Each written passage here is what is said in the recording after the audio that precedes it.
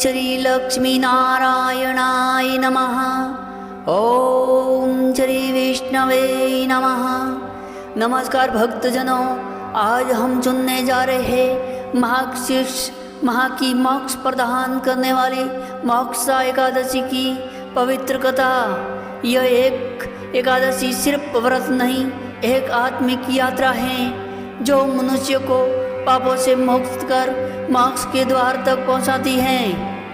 शास्त्रों में लिखा है, इस दिन व्रत करने से जन्म जन्मों के पाप मिट जाते हैं, स्वर्ग की प्राप्ति होती है और जीवन में आई सभी रुकावटें समाप्त हो जाती है और अपने पितरों को नरक से स्वर्ग की प्राप्ति होती है।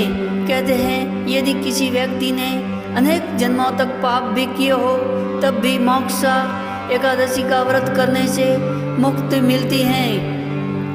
आइए भक्तों, इसकी एक प्राचीन कथा सुनते हैं। प्राचीन समय में भद्रावती नगर में बैंकुट नाम का एक धर्मी राजा राज्य करता था। राज्य समृद्ध था, प्रजा सुखी थी, लेकिन एक रात राजा ने एक भयानक सपना देखा। उसने देखा कि उसका पिता नरकलोक में जल रहा है, कष्ट से सिला रहा है, सीख रहा है। राजा की अचानक नींद टूटी और वह गहरे चिंतन में डूब गया। वह सोचने लगा कि अगर मेरा पिता दुखी है तो मैं कैसे सुखी रह सकता हूँ। वह तुरंत ही समाधान के लिए जंगल को निकल पड़ा। राजा तुरंत ढूंढते ढूंढते महर्षि भृगु के आश्रम में जहाँ पहुँचा, वहाँ महर्षि भृगु के चरणों में जाकर गिर पड़ा और बोला, हे ऋषिवर, मेरे पिता को नरक से मुक्ति कैसे मिलेगी, उसका आप उपाय बताइए। महर्षि ऋषि भृगु ने आंखें बंद कर ध्यान लगाया और बोले कि हे राजन, मार्गशीर्ष माह की शुक्ल पक्ष की मोक्षा एकादशी का व्रत करो और उस व्रत का पुण्य अपने पिता को समर्पित करो। तुरंत ही ऐसा करने से आपके पिता को मुक्ति मिल जाएगी।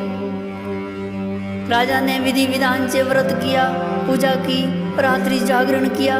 मन में केवल एक ही संकल्प था, पिता का उद्धार। और व्रत पूर्ण होते ही आकाश से एक दिव्य आवाज आई और कहा, पुत्र मैं मुक्त हो गया, तुम्हारे व्रत ने मुझे नरक से निकाल दिया, अब मैं स्वर्गलोक को जा रहा हूँ। राजा भावुक हो उठा। उस पल से इस दिन तक मोक्षा एकादशी कहा जाने लगा।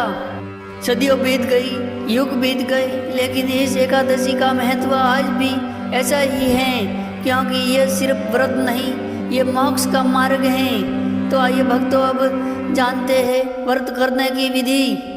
एक दिन पूर्व शाम को सात्विक भोजन करें। एकादशी के दिन निर्जल या जल फलाहार रखें। भगवान विष्णु की पूजा करें। रात्रि जागरण वह हरि नाम का कीर्तन करें। व्रत का फल पूर्वजनों को अर्पित करें। अंत में भगवान विष्णु से प्रार्थना करें कि हे भगवान विष्णु, जो श्रद्धा से ये मोक्षा एकादशी का व्रत करे उसके सभी पाप मिट जाए, उसके पूर्वजों को स्वर्ग की प्राप्ति हो और उसके जीवन में भक्ति, शांति और समृद्धि का वास हो। जय श्री भगवान विष्णु की जय हो। माता लक्ष्मी की जय हो।